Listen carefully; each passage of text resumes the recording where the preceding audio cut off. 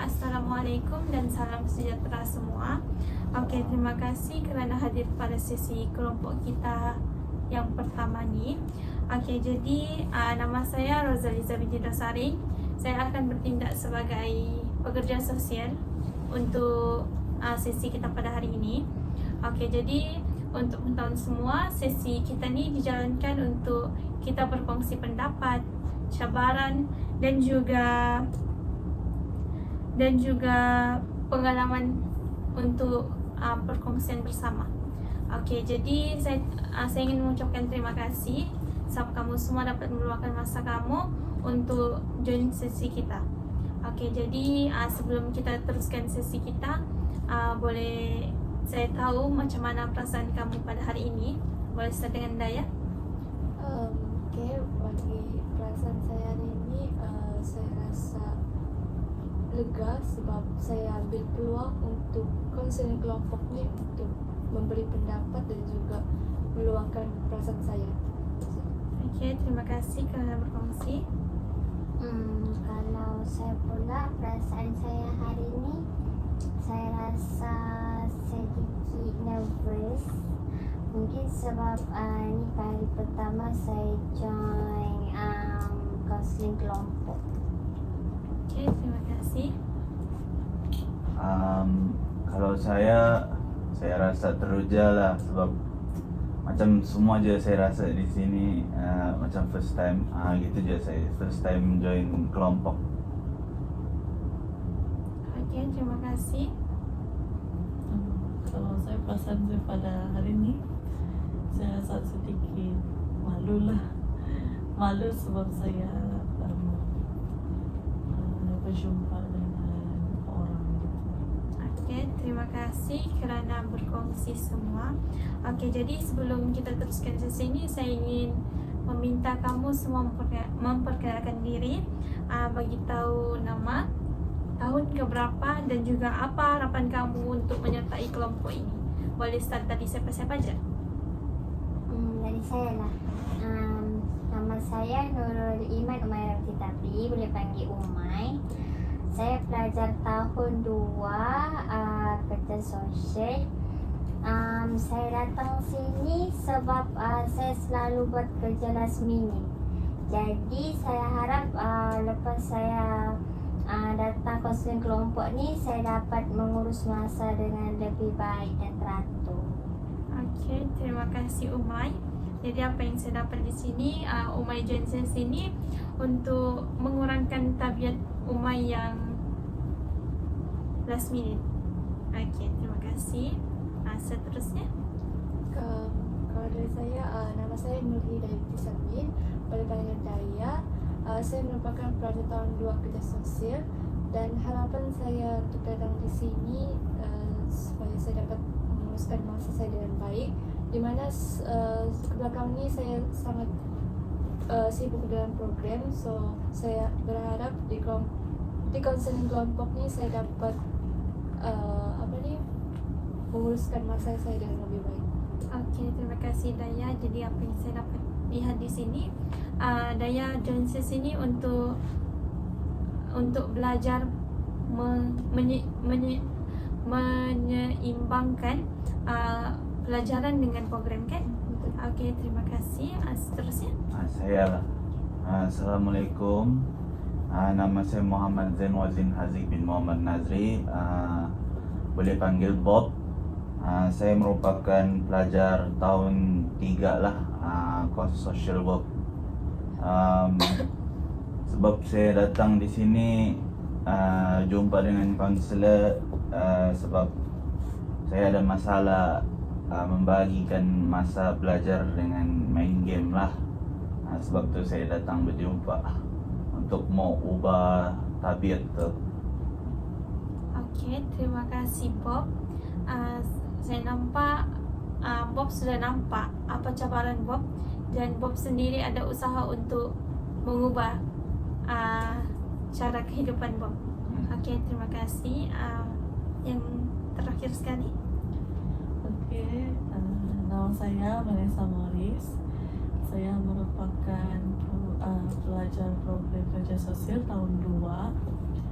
Harapan harapan yang saya bawa dalam sesi konseling kelompok ini, saya mau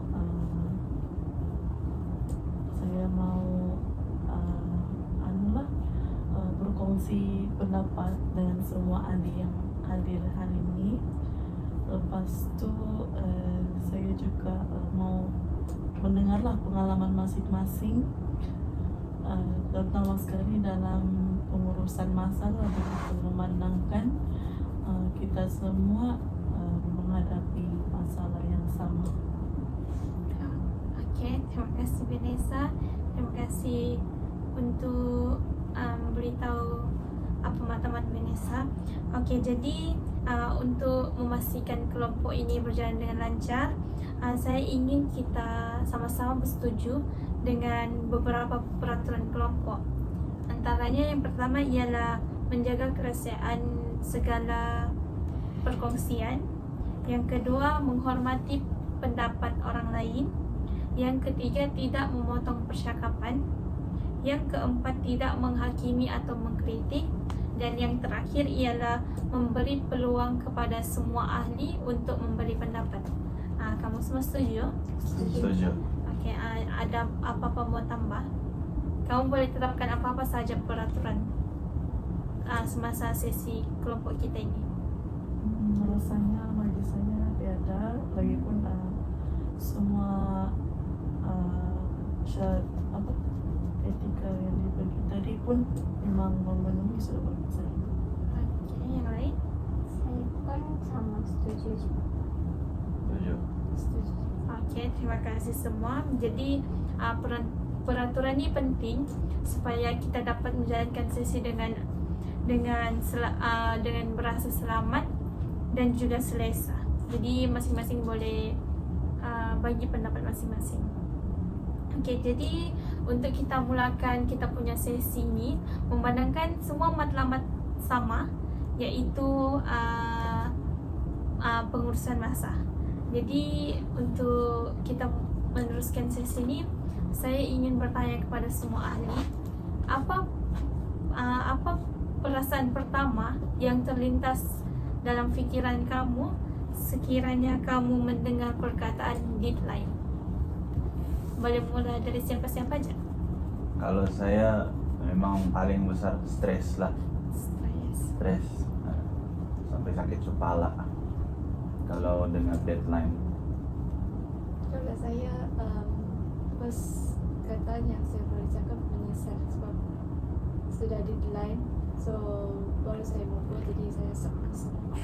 Terima kasih. Kalau saya pula, saya rasa macam panik sebab bila kan belum saya start buat kerja tapi tarikh deadline sudah mau dekat. Okey, terima kasih. Biasa. Kalau saya pula mendengar perkataan deadline tu, bernafas yang saya akan rasa macam yang Umay sama cakap tadi lah. Saya akan rasa panik dulu, baru saya akan rasa stres gitu. Okey, terima kasih semua. Berdasarkan apa perkataan yang kamu kongsi itu, saya dapat perhati semua perkataan yang diberikan mempunyai kaitan dengan tekanan dan kebimbangan. Okey, jadi semua tu menunjukkan bahawa isu pengurusan masa ni sangatlah memberi kesan kepada emosi kita. Sebab semua ada emosi apabila mengingatkan tentang deadline tersebut. Okey, jadi sekarang ni saya ingin menerangkan lebih dalam tentang pengalaman setiap ahli. Okey, jadi Umay, boleh Umay berkongsi satu pengalaman yang menunjukkan masalah pengurusan masa Umay yang hadapi? Kalau saya macam untuk assignment yang lepas, kan assignment tu sudah dikasih tahu awal macam apa yang perlu dibuat, arahan-arahannya. Tapi saya macam nantilah begitu. Saya macam tangguh dulu untuk buat kan, macam nanti pun sempat. Lepas tu tengok-tengok macam mau dekat sudah deadline-nya. Jadi saya terpaksa lah macam berjaga sampai lewat malam untuk siapkan sebelum hantar assignment tu. Okay, terima kasih Umay.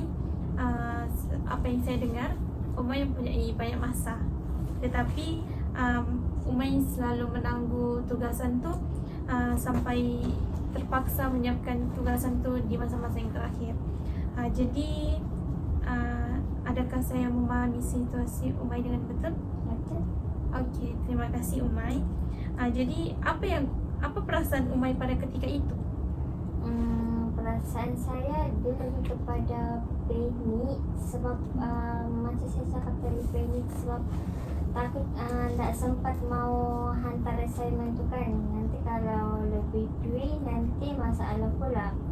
Jadi saya rasa benda tu macam dia bagi macam saya rasa terlampau cemas untuk siapkan assignment tu. Okay, terima kasih Umay. Jadi apa yang saya dapat lihat di sini, pengalaman tersebut tu sangatlah memberi kesan emosi kepada Umay. Okey, Aziz, bagaimana pula dengan pengalaman Aziz? Pengalaman saya lah, saya dari kecil memang minat main game lah. Orang boleh bilang di ambang ketagihan main game kalau bahasa kampung lah. Jadi saya selalu bilang main game sekejap saja. Tapi bila sedar sudah macam saya start pukul 11. Bila saya main game tu sedar pukul 12 pagi tu. Jadi orang bilang itu masalah saya lah, pandai tak tersedar ketika main game. Memang berlarutan. Okay, jadi apa yang Aziz rasakan apabila menyedari banyak masa telah berlalu? Paling kuat rasa bersalah lah, sebab banyak masa sepanjang tu boleh kasih siap, tolong kawan ke apa, tapi dipenuhi dengan main game. Jadi rasa bersalah lah juga. Okay, jadi maknanya macam dari satu pihak Aziz tu, Aziz ingin berehat, tetapi dalam pada masa yang sama pun Aziz rasa bersalah sebab banyak tugasan yang belum siap. Tapi dalam masa yang sama pun Aziz tetap main game. Ya. Betul? Okay, jadi ada ahli lain yang rasa benda yang sama? Saya pun rasa benda yang sama antara Aziz dan juga Umay, di mana saya, kalau dari saya sendiri, saya agak sibuk dengan program di fakulti dan juga college. Jadi yang membuatkan saya rasa sedikit mengetepikan akademik saya, di mana pada masa tu ada assignment yang perlu disubmit lebih awal, contohnya keesokan, tapi saya baru siap assignment tu separuh. Jadi apa yang saya rasa masa tu, saya memang rasa panik, dan pada masa yang sama saya pun perlu urus program tu. Jadi saya rasa agak kalut juga masa tu. Saya perlu isi masa saya untuk siapkan assignment tu lagi. Okay, terima kasih Daya. Vanessa? Kalau dari pengalaman saya sendiri, sebagai contoh lah, beberapa minggu ni saya macam terabai dengan saya punya study lah begitu. Lagi-lagi upcoming final exam ni kan, sebab saya sibuk dengan program sama saya mengejar 2 assignment gitu. Jadi saya rasa disebabkan kejadian tu, saya punya pengurusan masa agak berantakan lah begitu. Sebab saya struggle untuk imbang saya punya assignment dan program, lepas tu dengan saya punya study load. Okay, terima kasih Vanessa. Jadi di situ saya mendengar yang Vanessa ada usaha untuk menyeimbangkan pelajaran dengan program Vanessa. Jadi apa tindakan Vanessa untuk memastikan benda itu seimbang?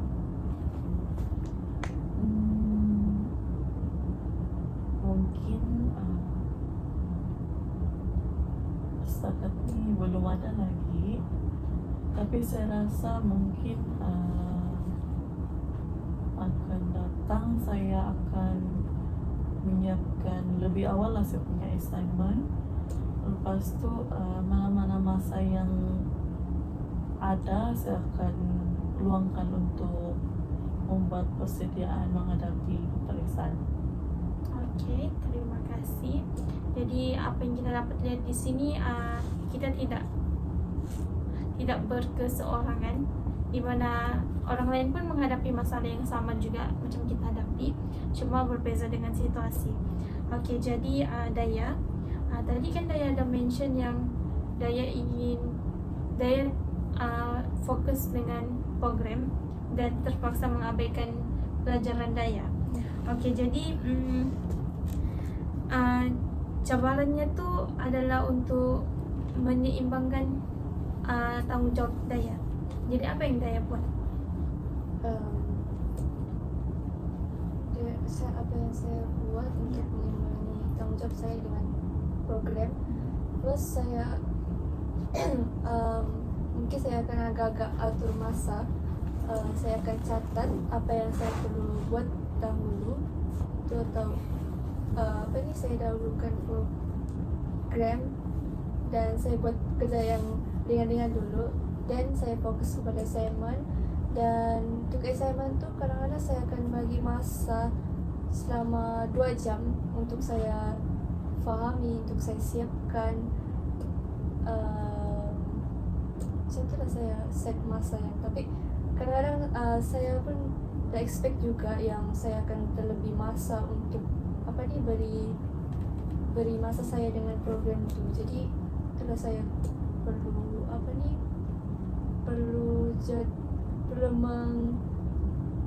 menyeimbangi lagi saya punya jadual waktu. Okey, terima kasih Daya. Kalau Daya tidak keberatan, boleh Daya ceritakan macam mana pengalaman tersebut tu sangatlah memberikan kesan terhadap Daya. Boleh. Berdasarkan pengalaman tu, contohnya baru-baru ni kan saya pernah jadi pengarah program, di mana di situ saya banyak menghabiskan masa saya fikir pasal program tu, dan sehingga kan tugasan assignment pun saya ketepikan dulu. Jadi saya rasa berdasarkan pengalaman saya jadi pengarah program itu yang membuatkan saya banyak terabaikan tentang akademik saya. Okey, terima kasih Daya kerana berkongsi. Jadi saya ingin juga mendengar pendapat adik yang lain. Macam mana pengalaman tersebut tu mempengaruhi kehidupan kamu? Start dari siapa-siapa saja. Kalau saya, macam mana dia mempengaruhi kehidupan saya? Kan kalau saya selalu buat kerja last minute, jadi benda tu akan buat bagi saya punya kehidupan seharian tu jadi rushing and hectic. Tapi kalau macam ada apa-apa benda yang macam tiba-tiba aja yang perlu dibuat macam gitu kan, yang baru tahu, jadi dia akan mengganggu lah yang due date yang patutnya saya buat tu. Jadi benda tu dia akan bagi macam kehidupan saya macam sangat tak teratur lah. Okay, jadi apa perasaan kamu ketika kehidupan kamu tu rasa macam rushing, rasa macam tak teratur? Apa perasaan, apa emosi yang pertama muncul dalam diri Umay? Saya rasa mungkin saya stres. Ya, sebab stres, sebab macam banyak benda yang mau fikir, jadi dia macam banyak bebanan. Jadi saya macam saya ni sekarang ni saya seorang yang jenis tak boleh kawal emosi sudah. Jadi saya cepat macam boleh menangis, boleh burn out, kadang-kadang pandai marah.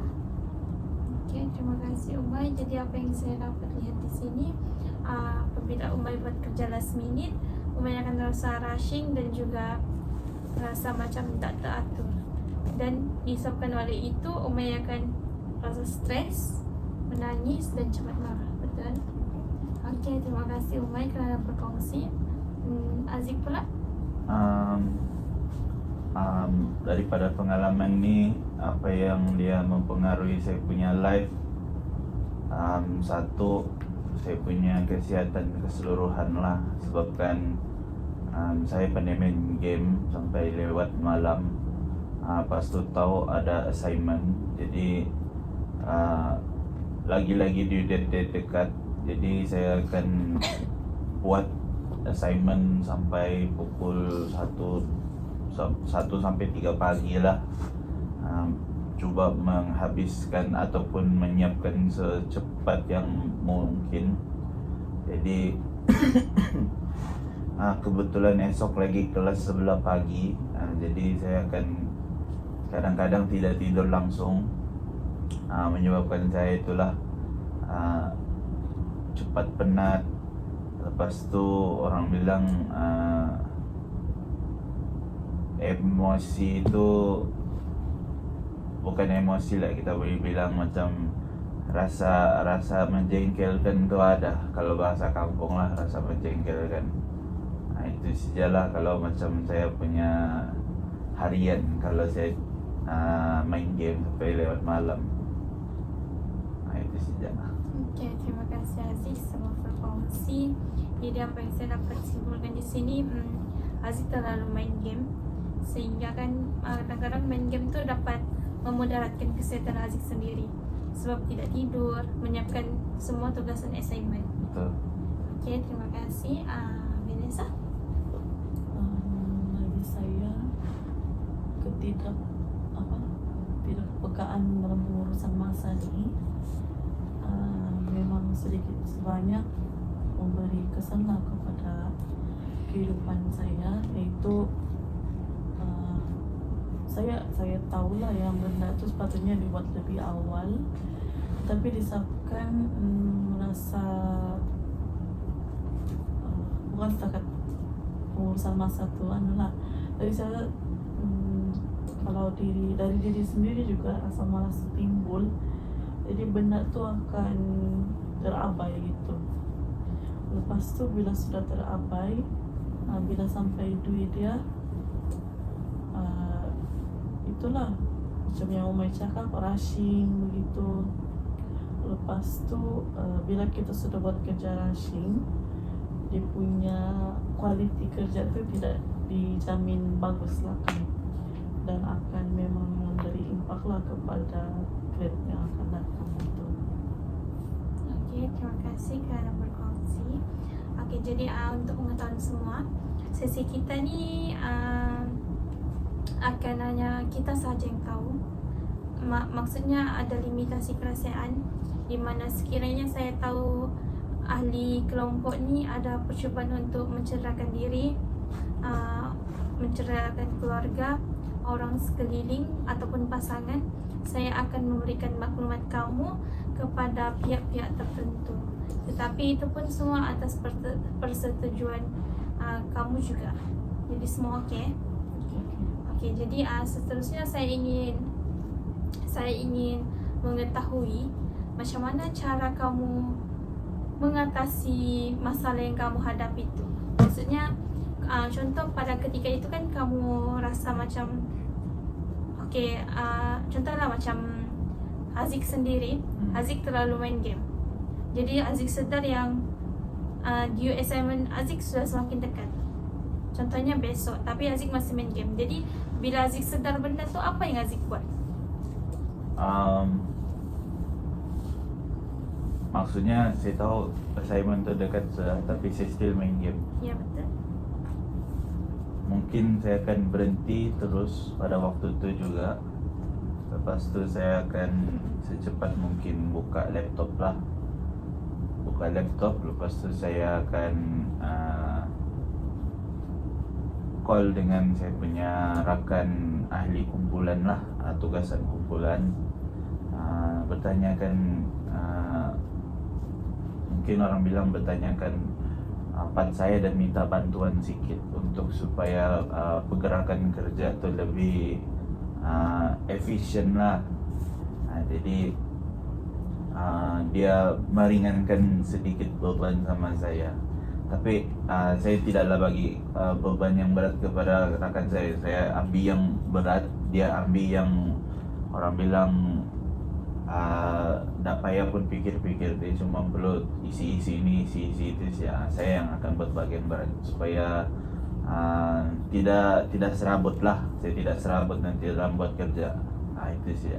Okay, terima kasih Aziz. Ada yang lain? Kalau dari saya, apa yang saya akan buat untuk kasih benda tu itu pertama sekali saya akan buat satu reminder lah untuk saya catch up dengan semua saya punya assignment dan saya punya exam gitu. Jadi saya akan lebih rasa organized dengan saya lebih dapat di function lah dengan apa yang saya perlu buat seterusnya begitu. Jadi yang macam yang tidaklah saya serabut buat semua benda dalam satu masa kan. Jadi saya akan buat secara saya akan siapkan dulu ini, lepas siap ini baru saya akan buat begitu. Itu je. Okey, terima kasih Vanessa. Jadi kalau boleh saya tahu, adakah dengan membuat reminder tersebut walaupun lebih senang macam Vanessa akan buat jadual lah kan? Maksudnya buat apa dulu pertama, lepas tu kedua apa. Jadi adakah perkara tersebut membantu Vanessa mengatasi masalah Vanessa? Sebenarnya dalam membuat reminder dan jadual tu dia macam separuh membantu tu. Dia macam separuh membantu, yang selebihnya saya macam mana bergantung kepada diri saya sendiri juga, sama ada saya mau buat ataupun tidak. Okey, terima kasih Vanessa. Jadi ada yang lain, adakah kamu pernah cuba macam cara Vanessa? Maksudnya macam buat jadual untuk kamu punya untuk kamu melakukan kerja tu kamu dapat lakukan secara lebih teratur. Ada yang pernah lakukan benda yang sama? Kalau saya belum amalkan, tapi saya pernah suggest oleh ibu saya. Dia lebih kurang macam Vanessa, tapi dia bukan jadual, dia lebih kepada to-do list. Dia bagi saya macam template kertas, lepas tu dia suruh saya print.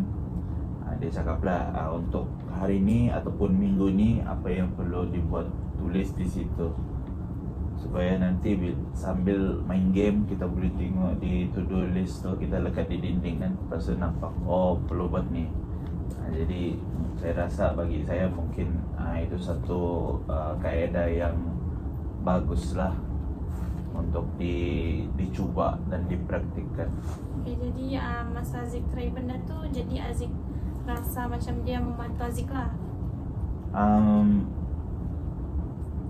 Saya rasa okey, sebab saya waktu tu lah saya rasa saya kurang main game kepada Sabtu Ahad saja, hari Sabtu hari Ahad saja, berbanding hari Minggu lah.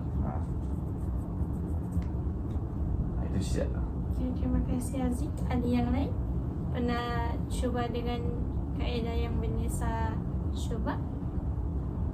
Kalau saya rasa sama macam Haziq cakap tadi, yang bertulis tu. Sebab saya pernah cuba buat yang kan macam di meja saya kan ada whiteboard. Jadi saya akan tulis senarai. Contoh kalau assignment subjek apa je yang belum dibuat. Kalau kertas lah apa je yang perlu, apa-apa tugasan lah yang saya perlu buat di sana.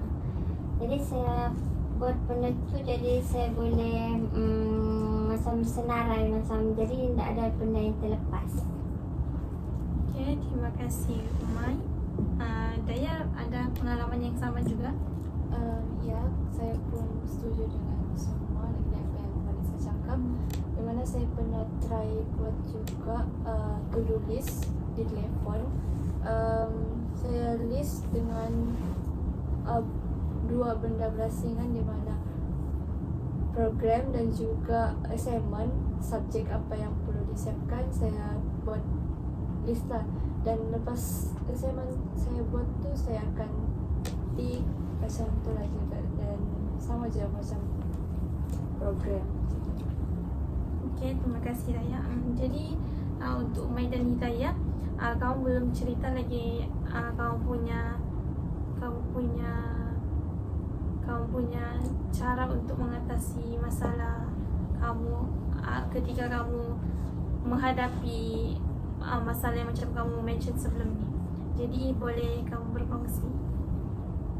Kalau saya, cara saya atasi, saya start buat saya tak start yang macam drastik yang terus buat assignment, tapi saya start macam tengok yang mana yang lebih mudah, yang lebih senang saya siapkan. Jadi saya cuba untuk siapkan awal lah yang mana senang. Jadi nanti dia tak jadi kalut lah, bila kalau nak siap semua kan nanti perlu banyak lagi kerja. Jadi macam saya siapkan dulu yang mana boleh.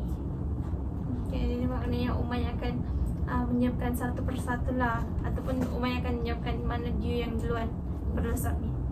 Okay, terima kasih Umay. Kalau Daya pula? Kalau saya akan cek dulu mana satu assignment yang saya rasa saya arif dan mudah untuk saya selesaikan dengan cepat. Jadi bila saya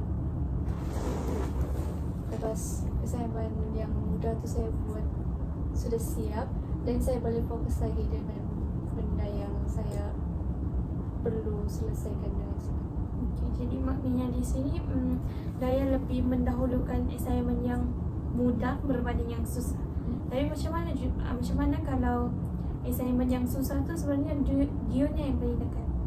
Apa yang Daya akan buat? Kalau macam tu saya akan try dulu untuk selesaikan assignment yang susah tu sebelum yang saya nampak mudah lah. Okay, terima kasih semua.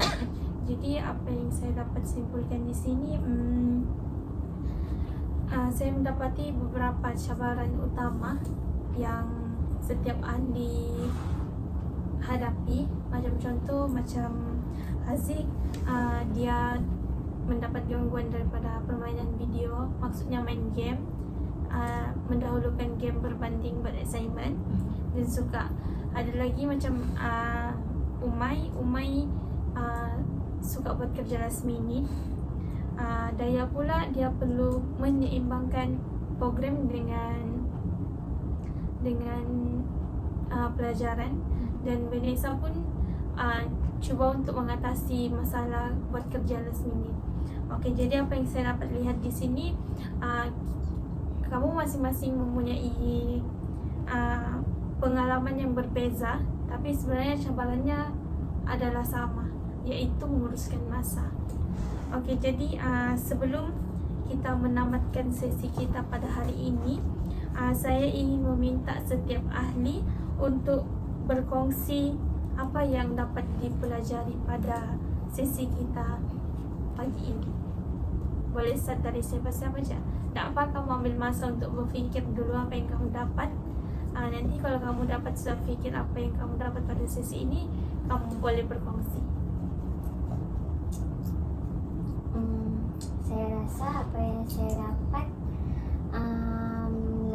dari sesi ini, saya dapat tahu yang macam ada orang yang mempunyai masalah sama dengan saya. Jadi benda tu macam bila semua orang berkongsi diorang punya pengalaman, cara penyelesaian, jadi saya pun boleh cuba cara penyelesaian yang diorang buat. Mungkin yang itu lebih berkesan pada diri saya. Jadi benda tu membuatkan saya macam boleh carilah cara untuk saya hadapi masalah pasal pengurusan masa ni. Okey, terima kasih Umay. Yang lain?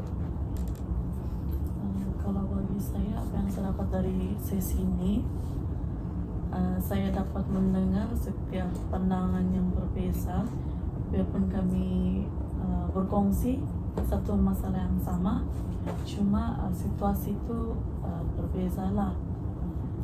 Sebagai contoh macam Daya, dia ada sedikit masalah dari pengurusan program lah kan. Lepas tu kalau dari Bob, dia ada pengurusan masalah sedikit dari segi itulah permainan video. Jadi apa yang saya dapat, setiap permasalahan tu masing-masing ada cara mereka sendirilah untuk atasi benda tu. Sebagai contoh macam buat to-do list ataupun buat satu persatu dulu dari yang senang hingga ke susah, dan juga dari diri saya sendiri, yaitu membuat satu email itu saja. Okey, terima kasih Vanessa. Aziz atau Daya? Kalau saya, apa yang saya dapat, ini satu, dia jadi pengajaran kepada saya juga lah, yang tabiat saya ini yaitu mengutamakan game, dan ketagihan saya terhadap game ni memang perlu diubah lah, sebab dia akan mengganggu kesihatan saya dan juga saya punya pembelajaran lah. Boleh kata dia boleh mengganggu saya punya masa depan. Jadi saya harap saya dapat ubah lah ni ketagihan, orang bilang masalah saya ni. Itu saja. Okey, terima kasih Aziz. Daya? Kalau dari saya, apa yang saya dapati, pertama saya rasa saya tidak kesorangan lah, sebab semua pun ada masalah yang sama, iaitu masalah pengurusan masa walaupun dalam situasi berbeza. Jadi saya harap dengan berkongsinya apa yang kami berkongsi hari ini dapat masing-masing ambil lah contohnya macam cadangan untuk atasi. Okey, terima kasih semua. Terima kasih atas keterbukaan dan juga kerjasama semua ahli. Okey, saya sangatlah menghargai keberanian kamu semua sebab berkongsi masalah dan pengalaman kamu dengan saya. Okey, jadi nanti pada sesi kedua pula kita akan menerangkan lebih dalam faktor-faktor yang menyebabkan kita faktor-faktor yang menyebabkan kamu suka buat kerja last minute, dan macam mana dia tu sangatlah memberi kesan kepada kehidupan kamu. Okey, jadi sebelum menamatkan sesi kita pada hari ini, ada apa-apa yang kamu ingin katakan ataupun kamu ingin menyoal, boleh saja mengemukakan soalan kamu ya. Dari saya setakat ini dah lah gitu. Okey, ahli yang lain? Sama, saya pun ada soalan. Okey, terima kasih semua. Jadi saya akan mengulangi lagi sekali yang terdapat limitasi kerahsiaan, di mana apa yang kita kongsi ini cuma kita sahaja yang tahu. Kita tidak boleh cerita dengan orang lain, tidak kisahlah kawan rapat kita, family kita, tidak boleh. Ini hanya adalah perbincangan dalaman sahaja. Tetapi terdapat beberapa limitasi kerahsiaan, di mana apabila saya tahu ada ahli kelompok ingin mempunyai percubaan untuk menyederakan diri sendiri, menyederakan kawan-kawan, mencederakan ahli keluarga ataupun orang sekeliling, saya akan memberikan maklumat kamu kepada pihak yang berkaitan.